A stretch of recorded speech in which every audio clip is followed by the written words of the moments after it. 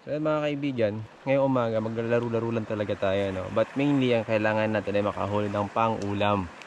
So ang gagamitin natin ay ito, Squid Rex, yung pinakamaliit para sa isda. At susubukan natin manghuli ng pusit.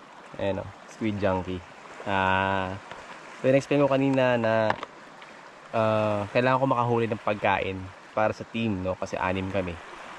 Ngayon, wala kasing karinderya nga dito. Tapos pag may mga isda naman sa tindahan pero naka-reserve na kasi 'yon madalas. So ang style dito, pagdating ng mga mangingisda, may order na 'yon. So ngayon ang gagawin natin, manghuhuli tayo ng pang-ulam natin, supply, hopefully for lunch and dinner na para dire-diretso ang trabaho. So yan oh. Gusto ko kasi kumain ng inihaw na pusit kaya nagdala ko nito. But mainly ito talagang gagamitin natin para sa isda, para sure. Kasi hindi pa ako sigurado kung may pusit eh. So ayun, let's go.